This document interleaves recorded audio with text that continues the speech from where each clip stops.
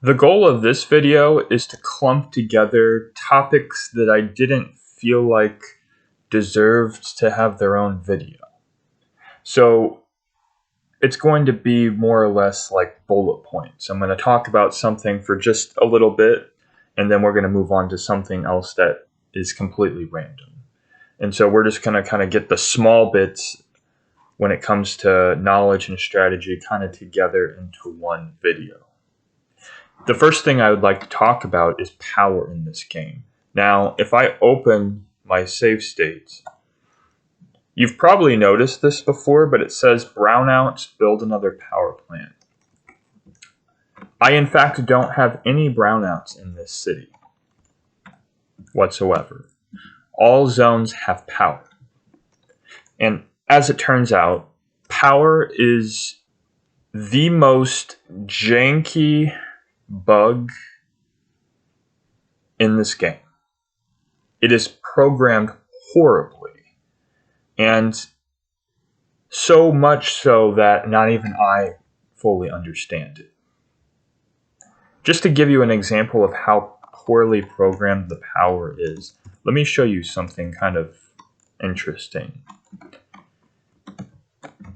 So right here I have this random power line. Now we have all these zones touching each other, so there should be no reason why I need this power line.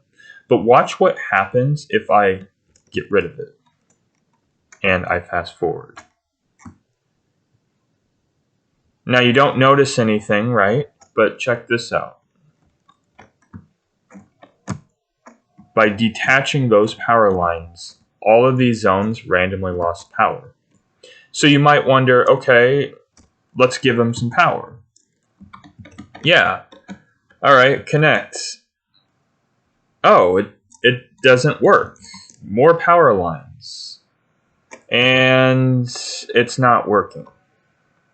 And if we go ahead and look at the power grid, you can see the green represents like where there is an outage at. So for some reason, disconnecting those power lines seems to have caused a power outage, which is kind of weird. Let me show you another example of how janky the power is. Let's say I bulldoze this. Now, there is no brownouts, but let's just, for the sake of humoring the game, say that, okay, we believe you, game. If there's a brownout, then by destroying a zone, it should help it, right? Because you have less zones that you have the power. So if I destroy this zone here, watch what happens. When I destroy that zone, now all of these zones have lost power for some reason. And it's like, okay, let's build some more lines. Okay, some got power, but some didn't. And if we go ahead and look at the map, you see green again. So as you can see, power is programmed horribly, and if you've never seen this before, that makes sense because a casual builder will never see this. I think I started noticing really buggy power mechanics probably in the last 100,000 for this build. I think I started noticing it at the 700,000 mark, but it got really, really bad after the 800,000 mark. And usually what happens in almost all these cases is the janky power is on the top of the map. You remember when we talked about how you can't have a top on the top edge of the map? Well, that was a bug. Well, it turns out this top edge of the map is also considerably more buggy for power than, let's say, down here. Now, you can have jank power in any parts of the map, but it usually inhabits the top half. I don't know how to fix this. I don't know how power is programmed. I'm not going to sit here and pretend I do. But when you get to a really high population, the only advice I can give is you're going to start noticing it, just random zones losing power. And really what I did is I just had to guess and check. I just had to be like, does this power line fix it? Does this power line fix it? And it really did suck for the most part, because you're getting so close to finishing the build, and then you have to spend quite a bit of time figuring out how to prevent that from happening. And it just so happens for my city, this helped a lot by connecting power here. And I can't tell you how many times I had to reset the game state because I would lose a random zone's power, which is bad for the commercial zones because then they won't develop back. Years ago, there were a group of people on the GameFAQs message board who were trying to understand how power works. And they made some good progress on it, but there was never any definitive conclusion or evidence on how it works. There was just rough ideas. And not even I really understand those rough ideas. So that's power in a nutshell. It's really janky. So speaking of janky, this next thing I'm going to show you isn't really jank. It's just more of an odd thing. All right. So let's go ahead and go to a donut block. It doesn't really matter which one, I guess. But I prefer to pick one that is... Yeah, this one will work right here because it's like not really near any industrial zones. It's kind of just sitting in the middle of everything. One weird property about donut block land value is if you destroy zones and put park in the donut block, and this is assuming that you have the gift placed on top of 4 different tiles to get the big red or orange square.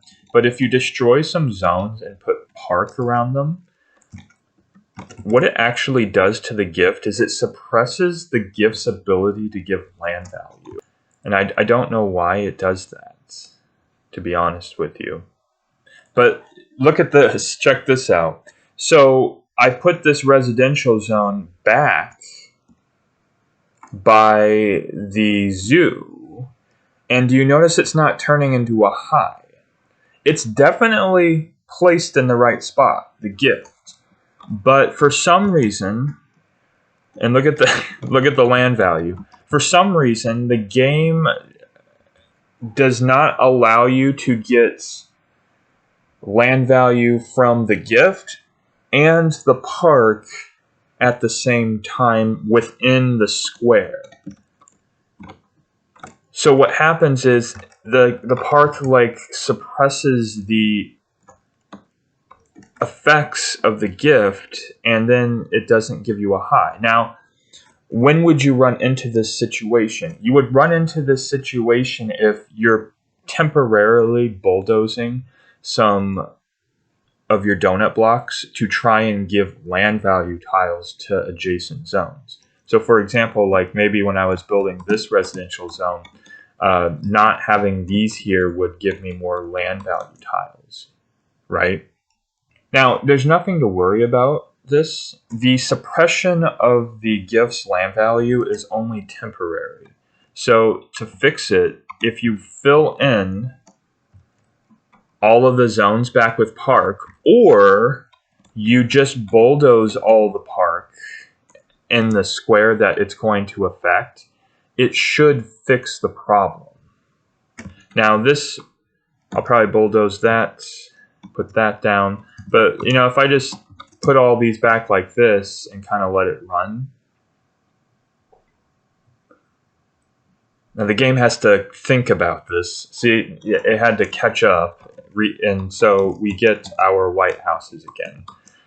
Again, it's nothing to worry about because you just, as long as you just put your zones back, then, you know, they're always going to become highs again. But it seems like a kind of a strange phenomenon, in my opinion. All right, so the next thing I'd like to talk about is the big 3. The big 3 being the airport, the stadium, and the seaport. Now, one thing they have all in common is you only need one in your city. So my airport is down here. My stadium is there. And my seaport is here. You don't need to build more than one. You don't need 3 airports. You don't need 3 seaports. You do need to build a few stadiums to get the second zoo gift, but then after you get the zoo gift, just destroy the other 2. So that's one thing they have in common, is you only need 1.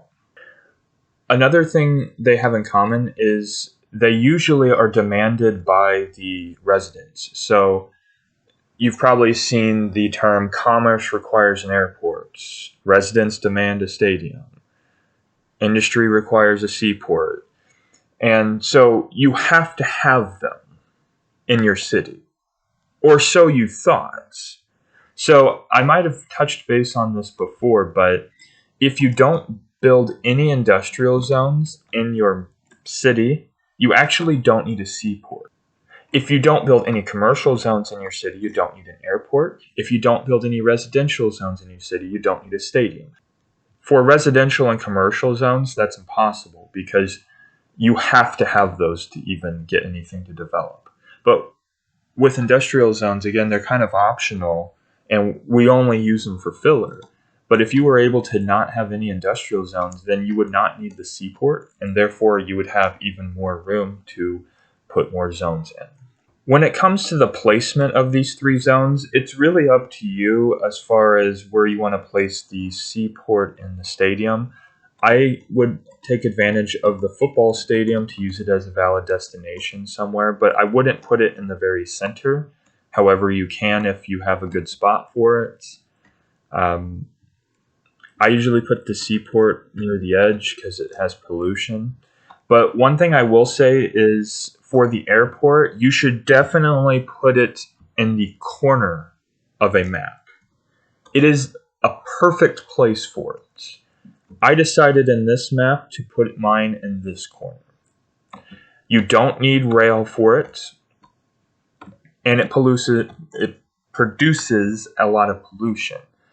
But the most important thing is building in the corners is extremely difficult to get anything to develop. So what you should do is put this really large airport, which is pretty much 4 zones in one, and place it in a corner, because corners are hard to develop.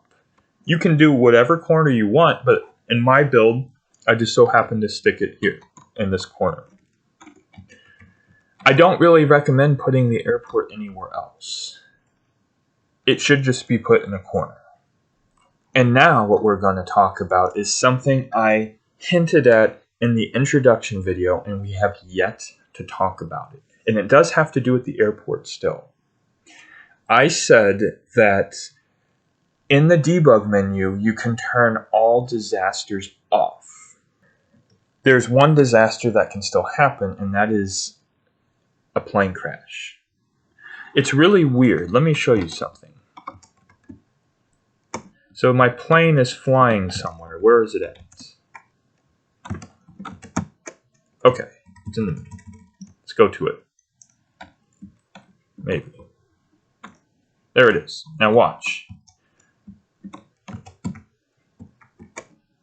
Isn't crashing. So when I went into the debug menu to turn disasters off, it's not allowing the plane crash disaster to happen. But you can still get the plane to crash, and it will do it a lot. The way you get the plane to crash is if it runs into the helicopter. And in fact, that's literally how you get a plane crash in this game. If you don't ever hit the disaster button, the reason a plane crashes is because it runs into the helicopter. If they intersect, there's an explosion essentially, and then you get a fire.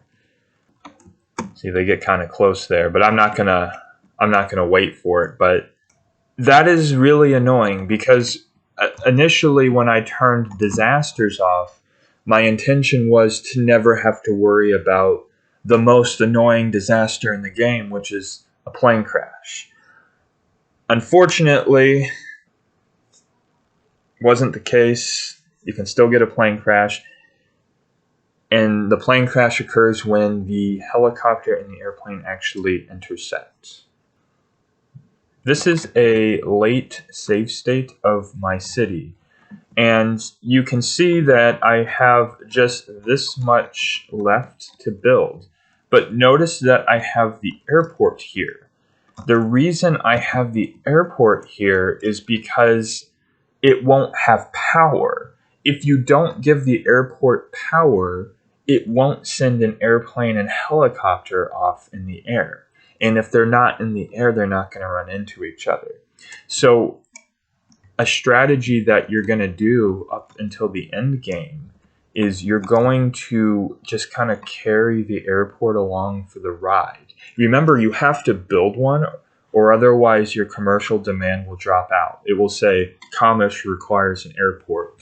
Anytime the residents demand one of those three zones that I talked about, the airport, stadium, or seaport, it actually completely bottoms out the demand bar. So you can't just not have one, but you can abuse it a bit by not ever giving it power. And so what I did in the second to last or last part of my city is I literally stuck it up here, built all of this, and then I had to quickly come down here and put it in its rightful spot, and then hope that in this save state I could get all of this built before there's a plane crash into the helicopter. Now, if it crashed over the water, that's like the best case scenario because it's not going to destroy anything.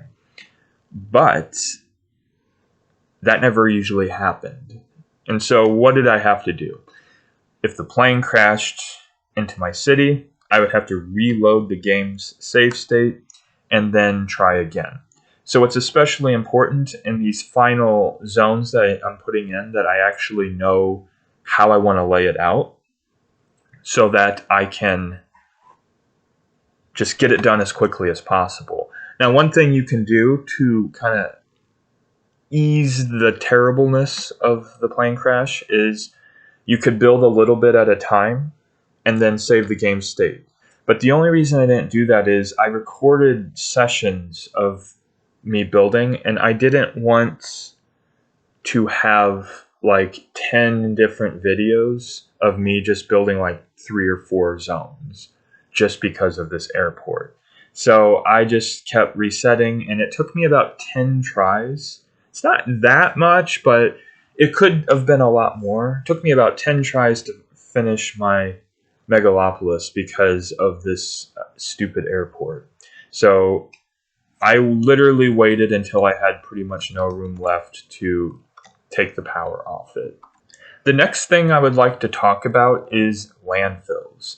So you get 9 landfills in this game, which is really cool because that's 9 more zones that you can get packed in. And let's just think about this. If I have 9 zones, and let's just say 800 a zone, because let's just assume you develop it all the way, that's 7,200 more population, which is a pretty significant chunk.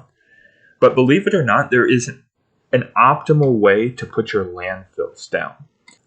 Take, for example, this commercial top. Clearly, you can tell that I used a landfill to get more land out in the water. But when I was building this, I was able to fit a commercial zone right here. So without a landfill, I was able to have a C5 high right here. The reason I'm telling you that is you should only place your landfills where you're going to be able to get a top out of it. So since I had a C5 high here, I put a landfill here so that I could get a top. Because think about it. If you can place 9 landfills down and get 9 more tops out of that, that is a huge jump to your population. What you shouldn't do is place 2 landfills down, put 2 zones down, and get a top from that. that is not efficient at all, because if you could just find an R high or a C high, usually near the waterfront, you can then just put one landfill and get that to be a top immediately, right? Because if you did it the way where you only just have two landfills together, you put two zones in the landfills and get a top, then the most tops you're going to be able to get doing only that method is 4. But you could get 9 tops if you just found a high or a C or R high somewhere by itself and then just attach a landfill. So another example is right here. This left zone fit, but then I could not fit this right zone. So I had a high here, put a landfill, then I got a top. This was a top from a landfill, so I was able to develop this zone, and then I put a landfill here to get a top. Had this zone, put the landfill here, got a top. Had this zone, put a landfill, got a top. Had this zone, put a landfill, got a top. You see what I'm doing here? So the goal is to get 9 new tops from the 9 landfills. And they're almost always going to be near the waterfront.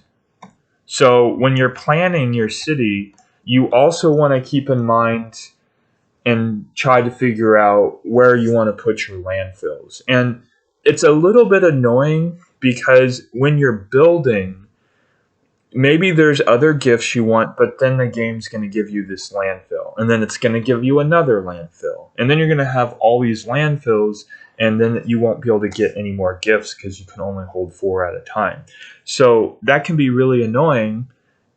And so what you want to do is make sure you kind of plan ahead and be like, okay, if I get a landfill, I'm just going to place it in this exact spot to get it out of my inventory. And that's kind of like what I did here and up here for these, is since I planned ahead and knew I was going to have my landfills placed there, it wasn't as annoying to me because I could get rid of them and put them in their rightful spot for this city. Make sense? All right, and then the final thing that I'm going to talk about with you is creativity. I've told you a lot of things in this game, but there's one thing you gotta always remember, and that is creativity. You don't have to follow the rules every time.